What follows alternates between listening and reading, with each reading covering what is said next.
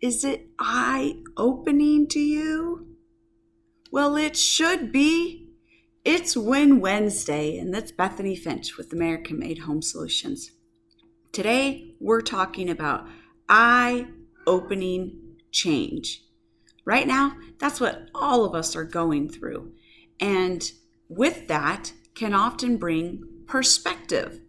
And we'd like to bring up something that many people, I think, are kind of taking for granted. We all realize that change is on the horizon. We felt it was coming for a while with the recession and different things, but we weren't exactly sure how it would look and what it would feel like. And during this time, there's been a lot of heightened emotions. You see it all over social media. You see it and hear it in conversations with folks. And with that heightened emotion comes a response, stimulus, response, right? So the challenge that arises with that is if we haven't prepared for something, sometimes our reaction or response isn't always our best or the one we would necessarily choose to do. That's why the military spends so much time training and drilling over and over and over and over again so that when the stressful situation actually takes place, the soldiers know exactly what to do. They don't even have to give it a second thought, and they just do it. It's a natural reaction at that point. They're trying to create a response to a stimulus that many people can react a certain way or badly or negatively, and that's not the way they're trying to get them to respond. So you have to train, you have to learn, you have to teach, and you have to go through that process, and it's a process. So something like COVID-19, where things have been coming just like they are now, kind of every day is changing, whether it's a change with the lenders, whether it's a change with the real estate market, whether it's a change with your job. Today, literally, we had people telling us, yep, we're still in the game and we're still here. And then the very next day, got an email, nope, they laid all of us off and we're out of work. And so, every day, change after change after change after change. So some of that you can't prepare for. But right now, I hear a lot of people, before all this, people would be complaining about, oh, I'm so tired. I have to work so much. I never get anything done around my house. And now look, a lot of people have all this time to get stuff done around their house. Question is, are they getting it done? I see some people that are, and their places look great, and they actually don't feel that bad. They're kind of enjoying their time off and their break. Now, granted, those people are probably collecting unemployment and their income hasn't changed. Some of them may even got more income, and it just gave them time with their family, and they're in a much better state of mind. I realize that not everybody is in that state of mind. So can I offer you something to help? Well, things didn't change much for us here at American Made Home Solutions. Things kept going, right? We just had to keep dealing with the bouncing ball every single day. And how do you do that?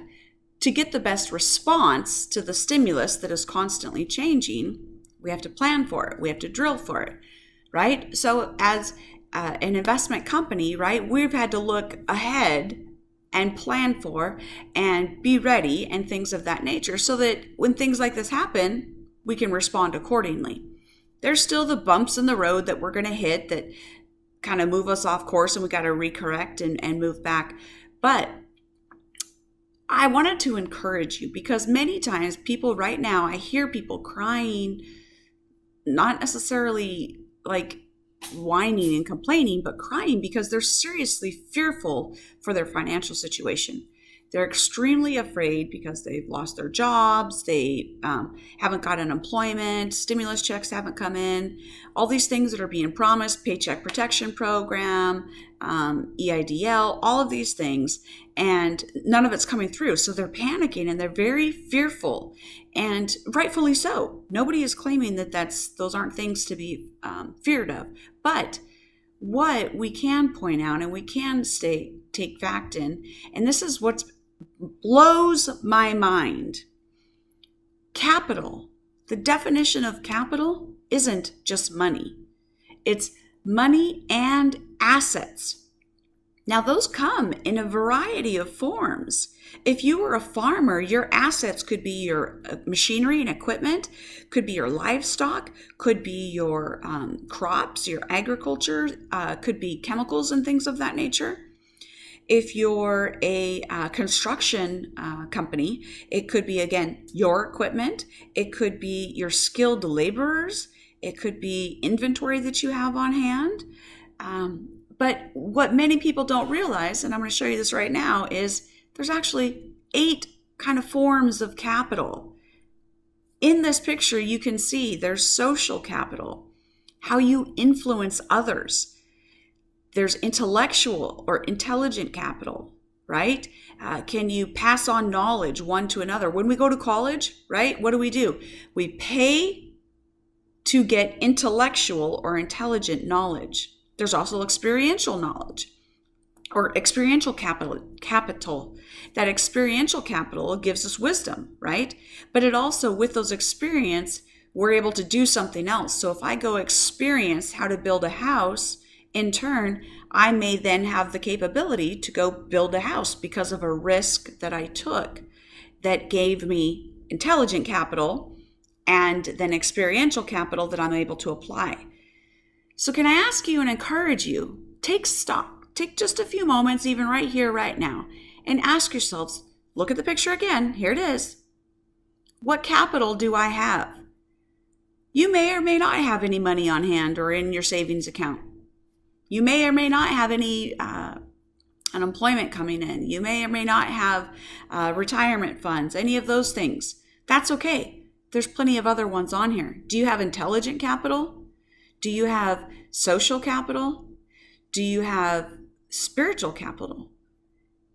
These things are very important. As you can see, there's 7 other capitals there besides money. And all of them have value, and all of them bring a wealth to not just us as an individual, but to our communities. Can I encourage you to take stock today? What capital do you have?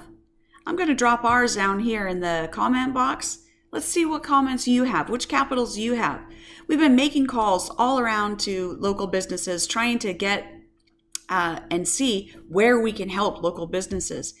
And so many of them feel like it's a sales call, or they feel like it's a call for a donation, when that's not even the case at all. We're literally trying to see how we can help them. But I think we have to go back to basics and figure out, what do you have as capital? Then we can figure out what you need, and we can maybe possibly trade things like that to be able to help other people in our community, because that's what it's going to take. Money is, the economy is how capital flows. And remember, capital is not just money. So take stock today, look at the picture again, here it is, and comment down below. What capital do you have? It could be money, and that's totally fine. It could also be something else. Let's brainstorm a little bit here today on this Win Wednesday. Let's start getting those creative juices flowing and start thinking outside the box. And in doing so, we're going to be a better community, and we're going to have even more wins, because as individuals, as companies, as a community, we're going to be able to draw closer together, build on our resources, and make a better community for all of us. I'll look forward to seeing you again on the next Win Wednesday. Take capital, take stock, and drop a note down below and to let us know which ones you have, and look at ours and see which ones we have. We'll look forward to talking to you soon. Bye for now.